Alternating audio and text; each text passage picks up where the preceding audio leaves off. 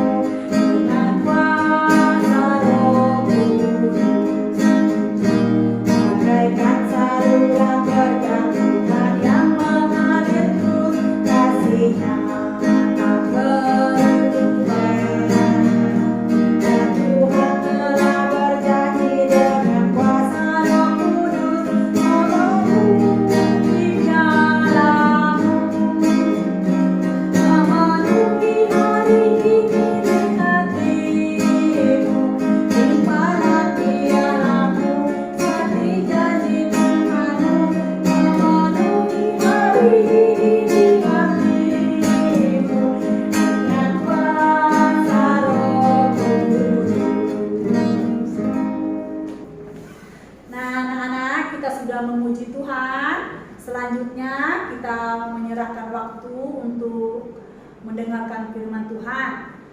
Kita serahkan kepada lause yang mengajar. Terima kasih. Selamat pagi anak-anak. Pagi ini kita akan belajar dari kitab Wahyu pasal 9 ayat 13 sampai 21 tentang sangkakala ke-6. Sebelum kita merenungkan firman Tuhan lebih lanjut, mari kita berdoa anak-anak. Tundukkan kepala dan lipat tangan. Bapa Surgawi, sekali lagi kami datang pada Engkau dan bersyukur di pagi hari ini kami dapat datang ke hadirat Engkau. Mohon kiranya Tuhan pimpin kami semua, beri kami lubuk jantung yang subur untuk menerima firman Tuhan. Kiranya pujian, doa, bahkan firman Tuhan pagi ini kami serahkan dalam tangan Engkau. Kami berdoa buat anak-anak yang belum hadir, Tuhan menolong mereka dan berikan agar mereka datang dengan selamat. Jika mereka yang sakit, yang lemah iman, Tuhan juga menolong, berbelas kasihan. Dan kami menyerahkan untuk pada masa kini, yaitu COVID-19, kiranya Tuhan pelihara, Tuhan jaga semua anak-anak. Kami serahkan semua ke dalam tangan Tuhan. Kiranya Tuhan juga menolong pemerintah untuk dapat menyelesaikan COVID-19 dengan vaksin. Ya Tuhan, Engkau menolong, kami serahkan semua ke dalam tangan Tuhan. Hanya di dalam nama Tuhan Yesus Kristus ucap syukur. Amin. Renungan kita adalah sangkakala yang ke-6. Ya. Di dalam Wahyu disebutkan ada 7 sangkakala penghakiman. Nah, jadi ada 7 malaikat. Masing-masing malaikat 1 sangkakala. Ya. Sangkakala yang pertama yang mengakibatkan hujan es dan api bercampur darah sepertiga tumbuh-tumbuhan musnah. Ya. Di dalam Wahyu pasal 8 ayat 7.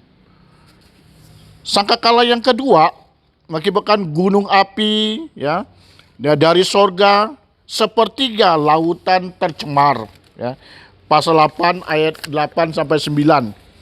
Kemudian sangkakala yang ketiga yaitu bintang jatuh ya, sepertiga dan yaitu perairan tawar menjadi tercemar. Di dalam Wahyu pasal 8 ayat 10 sampai 11. Kemudian sangkakala yang keempat yaitu kegelapan, seperti matahari, bulan dan bintang-bintang menjadi gelap. Yaitu Wahyu pasal 8 ya, ayat 12. Kemudian yang kelima yaitu sangkakala yang kelima yaitu invasi satanik. Nah, jadi terjadi siksaan yang hebat ya, pasal 9 ayat 1 sampai 12. Kemudian yang keenam yang akan kita renungkan, yang kita pelajari, yaitu sangkakala yang keenam yaitu angkatan perang setan ya, mengakibatkan sepertiga umat manusia dibunuh. Pasal 9 ayat 13 sampai 21. Yang terakhir yaitu yang ketujuh, sangkakala ketujuh yaitu kerajaan ya, penaklukan pemerintahan ya, yaitu penaklukan pemerintahan Kristus ya, yaitu dan pasal 11 ayat 15 sampai 19. Nah, pagi ini kita belajar yaitu sangkakala yang ke-6. Kita membaca dari ayat 13 sampai dan 21. Nah, kita di situ bisa melihat bahwa dan apa yang terjadi dan di dalam pasal yang ke-9 ayat 13 ya. Ya, kita melihat pada ayat 13 15. Lalu malaikat yang keenam meniup sangkakala dan aku mendengar suara keluar dari 4 tanduk mezbah emas yang di hadapan Allah. Dan berkata kepada malaikat yang ke-6 yang memegang sangkakala itu, lepaskanlah ke-4 malaikat yang terikat dengan dekat sungai besar Efrat itu. Maka dilepaskanlah ke-4 malaikat yang telah disiapkan ya, bagi jam dan hari, bulan dan tahun untuk membunuh sepertiga dari umat manusia. Jadi kita lihat ya, betapa hebatnya ya, dan penganiayaan ya, malapetaka yang terjadi. Ya, tugas dari keempat malaikat itu anak-anak, yaitu membunuh sepertiga ya jumlah manusia. Bayangkan, begitu banyak manusia yang dibunuh ya. Dan itu adalah malaikat yang keempat, ya kan? Kemudian berikutnya ada 200 juta. Ya, pada ayat 17 sampai 18 ada 12 juta pasukan berkuda yang mulutnya dan yang mengeluarkan api, asap dan belerang. Ya, itu mengakibatkan begitu banyak juga orang-orang ya, mati ya. Nah, namun walaupun penyiksaan yang begitu hebat, tapi masih ada yang masih hidup. Nah, bagaimana mereka yang masih hidup? Mereka tetap, di Alkitab mengatakan ada manusia yang hidup itu yang tidak mati, mereka tetap mengeraskan lubuk jantung mereka. Ayat 20 sampai 21. Nah, mereka tetap tidak mau bertobat. Ya. Mereka terus berbuat jahat, menyembah roh jahat, ya, dan berhala, membunuh, berbuat cabul dan mencuri dan sebagainya. Ya kan? Nah, padahal mereka menghadapi situasi yang sudah berat, ya, tetapi mereka tetap tidak saja mau bertobat, tetap pada pilihan mereka, yaitu mereka yang memilih untuk menyembah berhala. Mereka dia hidup jahat dan sebagainya. Nah, pagi ini anak-anak, Bapak mau bertanya, apa pilihan hidup anak-anak? Ya. Apakah anak-anak tetap memilih untuk berbuat dosa? Apakah anak tetap memilih untuk mengeraskan jantung, tidak mau percaya pada Tuhan Yesus? Apakah anak tidak mau yang mendengar firman Tuhan, tidak mau bertobat? Saat ini kita Indonesia dan seluruh negara menghadapi COVID-19. Ya. Tuhan memberikan pelajaran ringan buat kita semua, ya, supaya kita semua bertobat, supaya kita menyadari bahwa Allah yang Maha Kuasa. Nah, jadi Tuhan saat ini memberikan kesempatan kita untuk percaya Tuhan Yesus, untuk bertobat. Nah, apakah anak-anak sudah memilih dengan benar? Apakah anak-anak sudah percaya Tuhan Yesus? Apakah anak-anak sudah menerima Yesus sebagai Tuhan dan Juru Selamat secara pribadi? Kalau pagi ini belum kalau belum percaya Tuhan Yesus, pagi ini ada kesempatan anak-anak untuk dapat percaya Tuhan Yesus. Kita tidak tahu kapan dan akan mengakhiri dunia ini. Nah, setiap orang akan mengalami kematian. Alkitab mengatakan di dalam Ibrani 9:7, semua orang akan mengalami kematian, namun akan menghadapi penghukuman. Jikalau mereka tidak percaya, mereka tidak menerima Tuhan Yesus, mereka tidak mau bertobat, mereka pasti dihukum masuk ke dalam neraka. Saya percaya semua kita tidak ingin masuk dalam neraka. Kita ingin hidup di sorga yang penuh sukacita, tidak ada air mata, tidak ada kesakitan, tidak ada kesulitan. Ya kan? Nah, di dunia kita memang kita mengalami banyak masalah. Sekarang kita menghadapi dan belajar secara jauh yang sulit dan tidak mudah, tidak gampang. Ekonomi yang semakin memburuk, ya kan? Dan keuangan keluarga semakin menipis. Kita menghadapi situasi yang tidak pernah kita duga, yang tidak pernah kita pikirkan, yang tidak pernah kita rindukan, tapi itu yang terjadi, ya kan? Tetapi ingat, kita sudah percaya Tuhan Yesus. Ketika kita mengakhiri dunia ini, kita ada hidup yang kekal, hidup yang selama-lamanya. Nah, oleh karena itu, kalau selama ini kita terus berbuat dosa, kalau kita selama ini kita menyembah berhala, kalau selama ini kita berbuat yang jahat, pagi ini adalah saat yang indah untuk bertobat.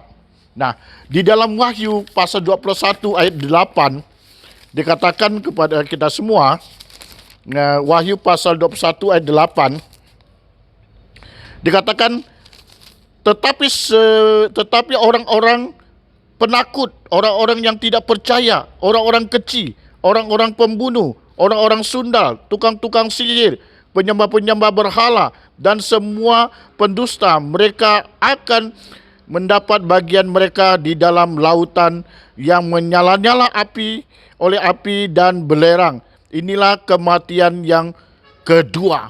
Nah, kita melihat betapa mengerikan, ya. Dan kalau kita tidak mau bertobat, kalau kita tidak mau percaya Tuhan Yesus, seperti yang dia terjadi pada masa yaitu di mana sangkakala ke-6 ditiup, ya. Kemudian ada 4 malaikat yang dilepaskan, ya kan, yang membunuh seperti orang, dan 2 juta tentara dia juga sama melakukan kejahatan. Nah, tetapi ingatlah bahwa mereka semua akan masuk neraka, yaitu orang penakut, orang penyembah berhala, orang berbuat sihir, dan lain sebagainya. Oleh karena itu, kita sebagai anak-anak Tuhan, kita harus hidup kudus, hidup sesuai dengan firman Tuhan. Nah, sebelum kita mengakhiri dunia ini, ya, kita harus percaya pada Tuhan Yesus terlebih dahulu. Ini yang sangat penting, ya. Tuhan Yesus amanatkan buat kita semua supaya kita pergi memberitakan Injil, ya. Kita walaupun saat ini kita anak-anak, kita menghadapi banyak kesulitan, tetapi tetap kita harus percaya Tuhan Yesus, tetap kita harus memberitakan Injil, menyampaikan firman Tuhan kepada keluarga kita, teman, kawan, dan sebagainya. Nah, sudahkah anak-anak percaya Tuhan Yesus? Nah, sudahkah anak-anak memberitakan Injil kepada orang-orang yang tidak mengenal Tuhan Yesus supaya mereka mengenal Tuhan Yesus? Jangan sampai mereka meninggalkan dunia, mereka belum mengenal Tuhan Yesus, mereka akan binasa. Nah, pagi ini kita telah belajar, ya. Nah, pertama bahwa kita tidak boleh hidup serupa dengan dunia ini. Ya. Kita tidak boleh sama dengan dunia ini. Kita harus berubah. Ya. Kita harus hidup bijaksana. Hidup dengan penuh hikmat. Yang pertama. Yang kedua, kita harus tentukan pilihan kita. Nah, pilihan yang benar. Nah, yaitu kita memilih Yesus sebagai Tuhan dan Juru Selamat kita secara pribadi. Kita harus bertobat. Kita harus meninggalkan dosa. Ya, sebelum kita masuk ke neraka, sebelum kita menghadapi dan penyiksaan, ya kan? Kita percaya Tuhan Yesus. Ini adalah pilihan yang benar, pilihan yang baik. Nah, yang ketiga, apa respon kita? Setelah kita membaca, kita mendengarkan mengenai sangkakala yang ke-6 ini, ya. Ya. Kita Bapak sudah menjelaskan tadi dari sangka pertama sampai ke-6 sampai ke-7. Ya. Masihkah kita tidak mau percaya? Masihkah kita mengeraskan jantung kita? Tuhan Yesus berdiri di pintu, sedang mengetuk. Kita harus membukakan lubuk jantung kita buat Tuhan Yesus sebelum terlambat. Sebelum kita dihakimi, sebelum kita dicampakkan dalam neraka, kita harus percaya Tuhan Yesus. Jangan kita mengikuti iblis, jangan kita mengikuti setan.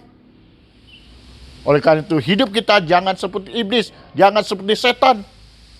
Jadi kita harus harus seperti Tuhan Yesus, ya. Dia itu harus kita rajin membaca firman Tuhan, rajin berdoa, rajin itu beribadah. Apakah anak-anak rajin berdoa? Apakah anak rajin itu baca firman Tuhan? Apakah anak-anak rajin beribadah? Kalau selama ini malas, selalu selama ini mengabaikan, kita harus berubah. Kita harus mengubah hidup kita yang salah menjadi hidup yang benar. Pagi ini firman Tuhan sangkakala yang ke-6, ya. Ya. Yang kita pelajari, kita renungkan baik-baik, ya. Jangan sampai kita disiksa, kita masukkan di kematian yang kekal, ya. Kita harus percaya Tuhan Yesus lebih dahulu. Ketika kita menghadapi kesulitan, kesusahan, jangan pernah kita lari. Jangan pernah kita meninggalkan Tuhan. Kita harus berdiri teguh, tetap kita yakin kepada Tuhan Yesus. Mari kita berdoa. Bapa Surgawi, sekali kami datang pada Engkau bersyukur, kami menyerahkan firman singkat agar dapat menolong kami, menjelaskan kami agar kami selalu takut akan Tuhan dan bersedia untuk bertobat dan menerima Yesus sebagai Tuhan dan Selamat pribadi. Dalam keadaan kesulitan dan kesusahan, kami terlalu tetap bergantung kepada Tuhan. Kami menyerahkan semua ke dalam tangan Tuhan, dan anak-anak juga kami serahkan hanya di dalam nama Tuhan Yesus Kristus. Kami bersyukur. Amin.